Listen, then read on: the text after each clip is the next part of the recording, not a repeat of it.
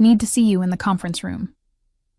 The text from Derek Wilkins appeared on my phone without any context or greeting. My stomach tightened as I read it, though I couldn't pinpoint why. After 17 years at Haven Mart's flagship store in Sacramento, I'd received countless meeting requests, but something about this one felt different. My name is Lisa Romero, and at 51, I had become something of a fixture at store 137. I started as a floor associate when my daughter was in elementary school, gradually working my way up to senior operations lead. I trained half the current staff, restructured our inventory systems to reduce shrinkage by 18%, and helped our location consistently rank in the top 5 for the Western region.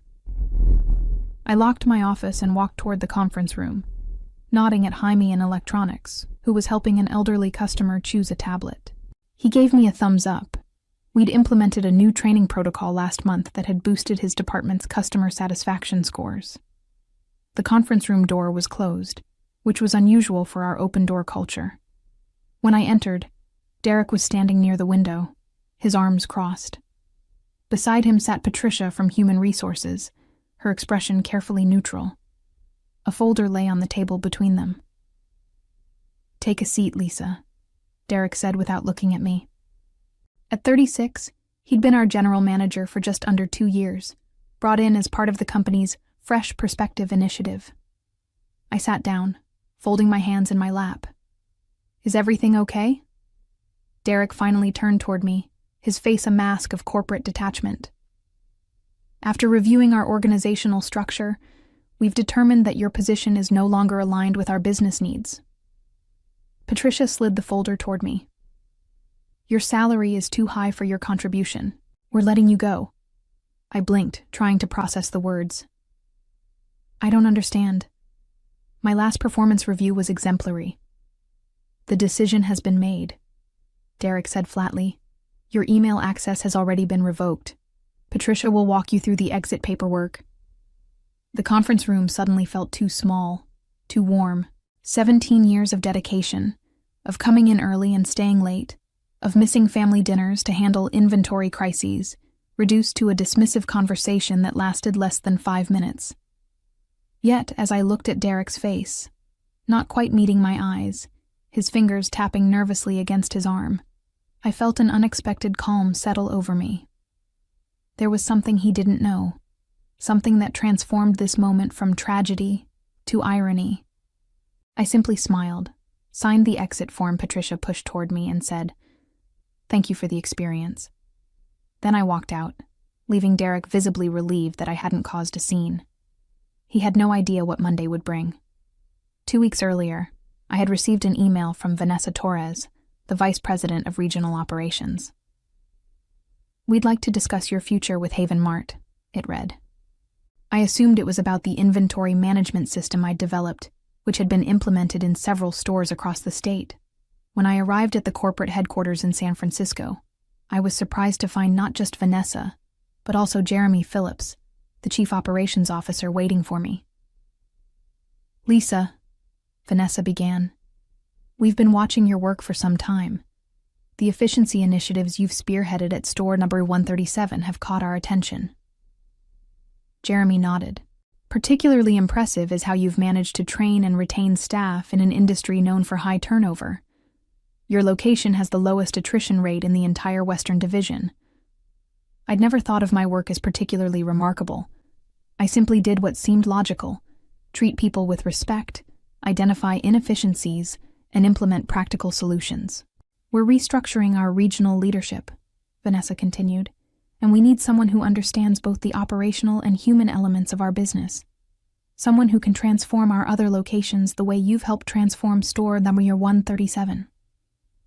We'd like to offer you the position of regional director," Jeremy said, sliding a folder across the table. "You would oversee all 15 locations in Northern California, including Sacramento." I opened the folder, scanning the job description and the salary figure, nearly double what I was currently making. My hand trembled slightly as I flipped through the pages. "This would mean supervising all current general managers in the region," Vanessa added, "including Derek Wilkins." I looked up, meeting her eyes. There was a knowing look there, an unspoken acknowledgement, Derek's reputation for taking credit for others' work and pushing out experienced staff had not gone unnoticed. "We've seen how he operates," Jeremy said quietly. "And we've seen how you operate. The contrast is illuminating." I thought about my team at store number 137, how we'd weathered inventory crises, holiday rushes, and the chaos of the pandemic together. I thought about the young associates I'd mentored who now held management positions throughout the company. "When would you need an answer?" I asked. "Take the weekend," Vanessa replied. "But we'd like you to start as soon as possible. The regional office is here in San Francisco, but you'd be traveling to all locations regularly." I drove back to Sacramento that evening, the offer letter tucked safely in my bag, a mixture of pride and vindication warming my chest. After 17 years of quietly driving results while others took the spotlight, my work had finally been recognized by the people who mattered. I called my daughter that night and told her about the offer. "Take it, Mom," she said immediately. "It's about time." The following Monday, I accepted the regional director position, asking for a 2-week transition period to wrap up projects at store Burger 137. Vanessa agreed, emphasizing the confidential nature of the appointment until the official announcement. "We'll announce it company-wide next Friday," she said. "Until then, proceed as normal." So I did. I continued my daily routines, meeting with department heads, addressing inventory discrepancies, and mentoring newer team members. I even helped Derek prepare for his quarterly presentation to the board, staying late to ensure his numbers were accurate and his proposals solid. During this time, I noticed Derek watching me with increasing suspicion. Twice, I caught him reviewing printouts of my email correspondence with vendors. Once, he questioned Julia from accounts about purchase orders I'd approved. "He's looking for something to use against you," Julia whispered during our lunch break. "He's been asking about expense reports, overtime approvals, anything he could flag as problematic." I wasn't surprised. Derek had systematically removed most of the senior staff who had been at store number 137 before his arrival. Thomas from warehouse operations was reorganized out after 22 years. Catherine from customer service was placed on a performance improvement plan so demanding that she resigned after 3 decades with the company. I was the last of the old guard, and my salary, increased through years of modest raises and promotions, was undoubtedly a tempting target for someone looking to cut costs and demonstrate bold leadership to corporate. What Derek didn't realize was that corporate was watching him, not me. On Wednesday, I received an embossed envelope containing my official offer letter, benefits package, and a welcome note signed by the executive team. I would start the following Monday. That same day, I noticed Derek in a lengthy closed-door meeting with Patricia from Human Resources. They emerged looking grim, but determined. By Thursday morning, the conference room had been reserved for a personnel discussion at 2 p.m., the same time Derek texted me to meet him there. As I cleaned out my desk after the termination meeting, I felt an odd sense of peace. For years, I had poured my heart into this store, into the people who worked here. I had missed dance recitals, declined vacations, and worked holidays to ensure everything ran smoothly. And while being dismissed so callously stung, I knew that my journey with Haven Mart wasn't ending. It was expanding. I handed my keys to Patricia, who couldn't quite meet my eyes. "Is there anything you'd like to say for the record?" she asked, her voice professional but strained. I thought about telling her then, about the offer letter sitting in my car, about the corporate apartment in San Francisco I had just signed a lease for, about how on Monday I would step into a role that would make Derek answerable to me. But instead, I simply smiled. "No," I said. "I think everything will become clear very soon." I walked out of store number 137 not as a terminated employee, but as its future regional director. Derek just didn't know it yet. Friday morning, I woke up feeling lighter than I had in years. For the first time in nearly 2 decades, I didn't have to rush to Haven Mart to handle the early shipments or prepare for weekend crowds. I savored a second cup of coffee on my porch, watching the Sacramento sunrise paint the sky in shades of pink and gold. My phone buzzed with messages from coworkers who'd heard about my termination. "This is Bull," texted Jaime from electronics. "The store won't function without you. Derek's making a huge mistake," wrote Bethany from customer service. "We're all in shock." I responded with gratitude but offered no details about what was coming. The official announcement would go out that afternoon, and I didn't want to undermine corporate's communication plan. At noon, my daughter Gabriella called. "Mom, I can't believe they fired you. After everything you've done for that place." "It's okay, sweetheart," I assured her. "Everything happens for a reason. Well, I hope that reason involves Derek getting what he deserves," she said fiercely. "Remember when he didn't approve your time off for my graduate school ceremony? Or when he took credit for your inventory system at the regional meeting?" I did remember, but those slights seemed small now, knowing what was coming. "Let's not focus on the negative," I said. "How about we celebrate this weekend? I start a new job on Monday." "Already? That's fantastic. Where?" "Still with Haven Mart, actually, but in a different capacity." Before I could elaborate, my phone beeped with an incoming call from Vanessa Torres. I promised Gabriella details later and switched over. "Lisa," Vanessa said, her voice warm but serious. "We just issued the company-wide announcement about your appointment. I wanted to give you a heads up that it's causing quite a stir at store number 137. I felt a flutter of anticipation. I imagine it would. Derek Wilkins called our office almost immediately, claiming there must be some mistake. When our executive assistant confirmed the appointment, let's just say he wasn't pleased. I could picture Derek's face, the gradual transformation from confusion to disbelief to horrified realization. The same man who had dismissed me so coldly just yesterday was now learning that I would be his direct supervisor starting Monday. "Is there anything I need to do?" I asked. "Not at all. We've instructed him to prepare a complete store overview for your arrival on Monday morning. All other general managers in the region have also been notified and are scheduling welcome meetings with you." After hanging up, I checked my personal email.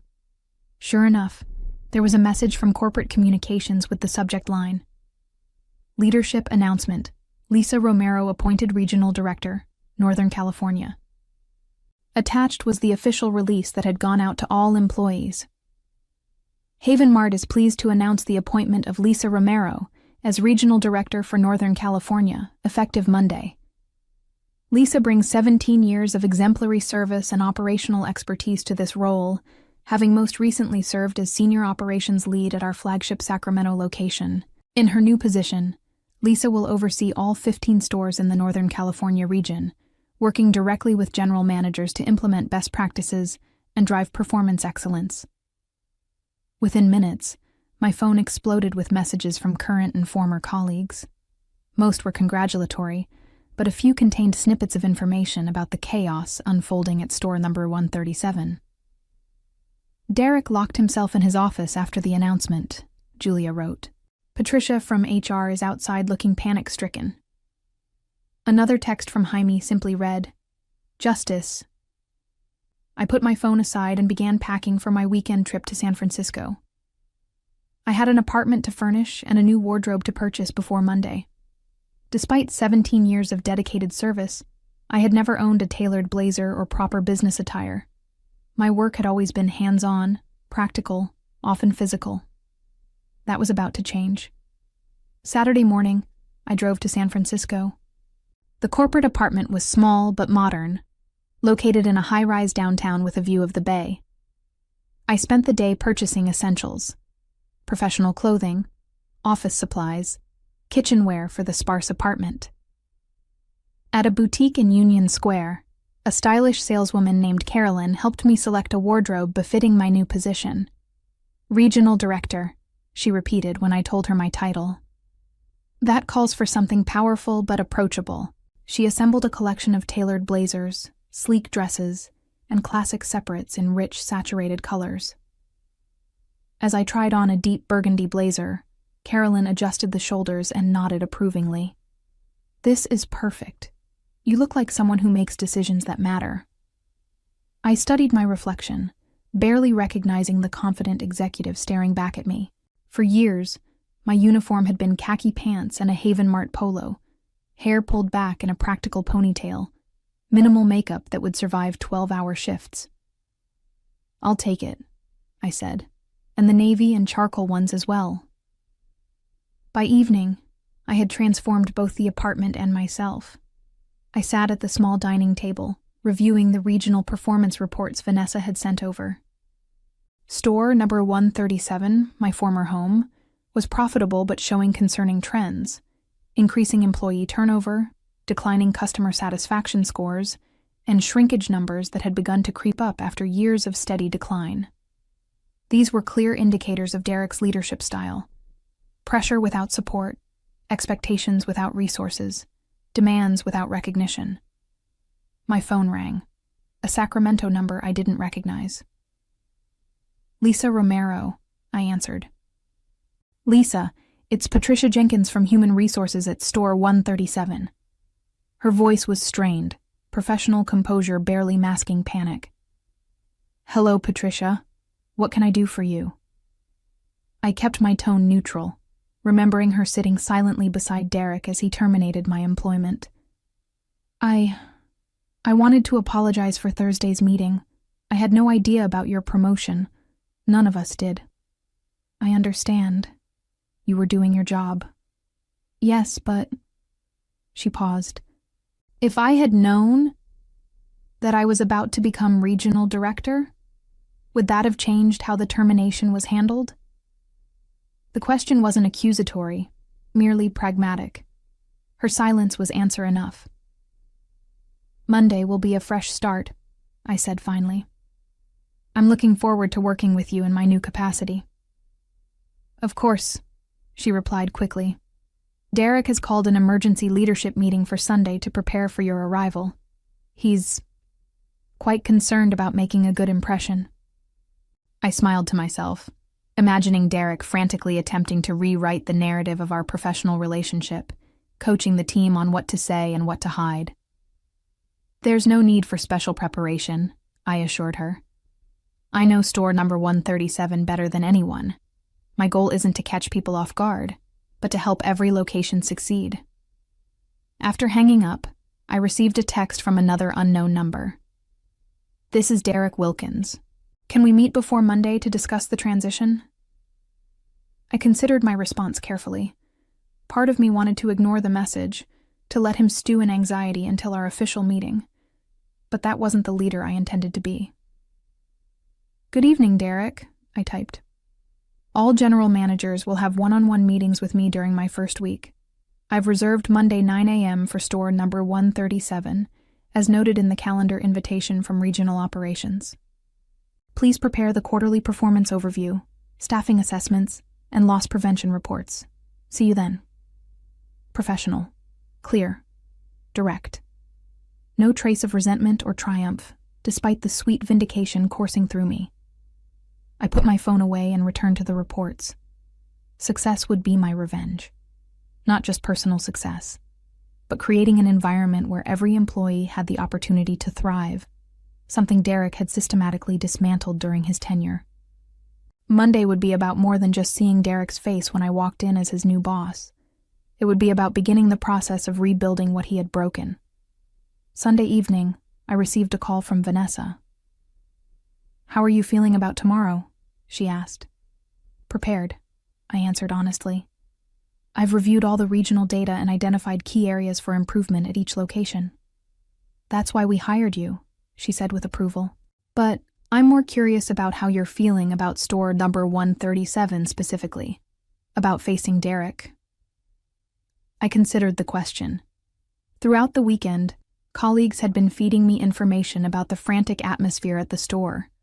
Derek calling in team leads for emergency meetings, ordering a deep clean of the facility, even attempting to retroactively document decisions that had led to my termination. "I'm not approaching tomorrow as personal," I said finally. Derek made business decisions he thought were in his best interest. Now I'll make business decisions in the best interest of Haven Mart and its employees. Professionally answered, Vanessa noted. But off the record? It must feel pretty satisfying. I allowed myself a small smile. I won't deny there's a certain poetic justice to the situation. After we hung up, I laid out my outfit for the morning. The burgundy blazer, a cream silk blouse, tailored black pants, and leather heels that added 2 inches to my height. Professional armor for a pivotal day. My phone buzzed with a text from Gabriella. "Knock 'em dead tomorrow, Mom. So proud of you."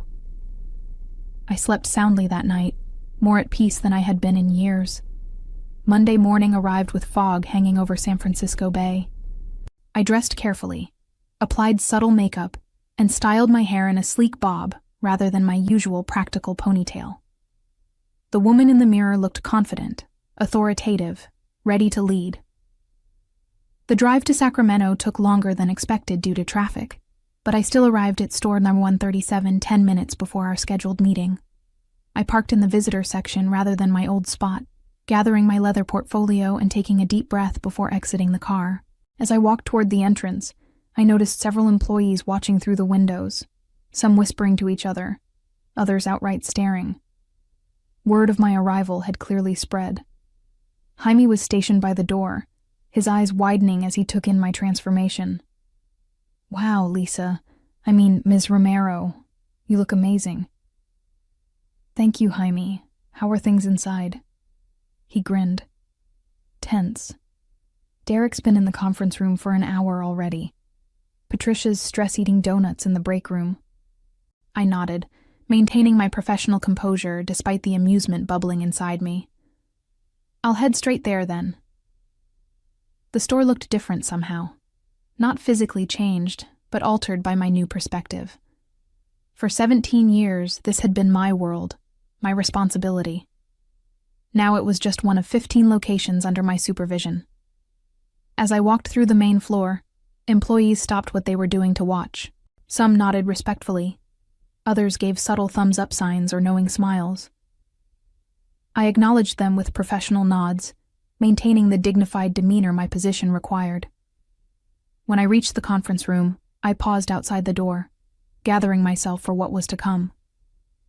Through the glass panel, I could see Derek sitting alone at the table, surrounded by binders and spreadsheets, checking his watch nervously. I knocked once and entered without waiting for a response. "Good morning, Derek," I said, my voice steady and authoritative. He stood abruptly, his face draining of color as he took in my appearance, no longer his subordinate in a company polo, but his superior in executive attire. "Lisa," he stammered. "Thank you for coming." "That's Regional Director Romero," I corrected gently, extending my hand. "Shall we begin?" The meeting began with Derek attempting to control the narrative. He had prepared an elaborate presentation highlighting store achievements, many of which were initiatives I had personally developed before my termination. "Under my leadership," he began, clicking through a slide showing improved inventory metrics, "Store number 137 has implemented revolutionary tracking systems that have reduced shrinkage by 18%. I allowed him to continue, noting how he carefully avoided mentioning my contributions.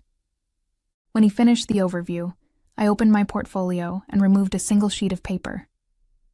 "Thank you for that presentation," I said evenly. "Now, I'd like to discuss the termination of a senior operations lead with 17 years of experience, executed without corporate approval or proper documentation." Derek's confident facade cracked. "I can explain." "I'm sure you can," I interrupted, still calm. "But first, I'd like you to explain these numbers." I pushed a report across the table. Turnover rates at store number 137 under his management, showing a dramatic increase in departures among experienced staff. "We've been restructuring," he said weakly. Restructuring typically doesn't result in losing your most knowledgeable employees right before holiday season. I removed another document. Or in customer satisfaction scores dropping 15 points in 18 months. Derek's eyes darted to the door as if considering escape. Let me be direct, I continued. Havenmart values leadership that builds rather than dismantles, that nurtures talent rather than discarding it when it becomes inconvenient or threatens one's authority. I closed my portfolio. You have two choices, Derek. You can submit your resignation, effective immediately, with standard severance, or you can commit to a comprehensive performance improvement plan under my direct supervision, with weekly evaluations and clear benchmarks for progress. The irony wasn't lost on either of us. I was offering him the same ultimatum often used to push out experienced employees. Derek swallowed hard. I'd like to explore the improvement plan option. I nodded, revealing nothing of the satisfaction I felt. Then we have a lot of work to do. Let's begin with how you plan to rebuild the team you've systematically dismantled. Over the next month, I divided my time between all 15 Northern California locations, but paid special attention to store number 137. Derek, now under intense scrutiny, struggled to adapt to a leadership style that valued transparency and collaboration over authority and control. During our weekly one-on-one meetings, I addressed every aspect of his management approach. Your team doesn't trust you, I told him candidly. Trust is earned through consistency, honesty, and genuine support, not fear. Derek nodded stiffly, unable to meet my eyes. I understand. Do you? Because understanding requires empathy, Derek. It means recognizing that every associate, regardless of their position, contributes value to this organization. I implemented changes that directly countered his previous approaches. We rehired Thomas from warehouse operations, bringing back his 22 years of expertise. Catherine from customer service returned as a trainer for new associates. Most importantly, I established anonymous feedback channels so staff could report concerns without fear of retaliation. Throughout this process, I maintained absolute professionalism. I never mentioned our previous history, never alluded to his role in my termination, never allowed personal satisfaction to influence business decisions. By the 6th week, Derek requested another private meeting. I'd like to tender my resignation, he said, sliding an envelope across the desk. I've been offered a position with another company. I accepted the envelope without opening it. I wish you success in your new role. That's it? He asked, seeming almost disappointed by my measured response. Did you expect something more dramatic? I asked, allowing myself the smallest smile. He shook his head, a flush creeping up his neck. No, thank you for the opportunity to improve, even if I didn't ultimately succeed. Growth isn't linear, Derek. Perhaps this experience will inform your approach to leadership in the future. As he left my office, his shoulders slumped in defeat. I felt no triumph, only the quiet satisfaction of a system rebalancing itself. The next day, I recommended Jaime from electronics for the interim general manager position. His empathetic leadership style and operational knowledge made him the perfect candidate to heal the fractured culture Derek had created. Are you sure I'm ready? Jaime asked when I presented the opportunity. I've been watching you for years, I told him. You lead by example, listen before deciding, and put people before profits while still delivering results. That's exactly what store number 137 needs right now. 2 months into my role as regional director, all 15 Northern California locations showed improvements in key metrics. But the most satisfying transformation was at store number 137, where employee morale had rebounded dramatically, taking customer satisfaction scores along with it. I never needed Derek to admit he was wrong. The results spoke for themselves. As I sat in my office overlooking San Francisco Bay, I reflected on the journey that had brought me here. 17 years of dedication, 1 afternoon of dismissal, and now a position where I could ensure others wouldn't face the same treatment. The best revenge wasn't seeing Derek's face when I walked in as his boss. It was creating an environment where talent was nurtured, experience was valued, and leadership meant service rather than power. That was a victory worth savoring.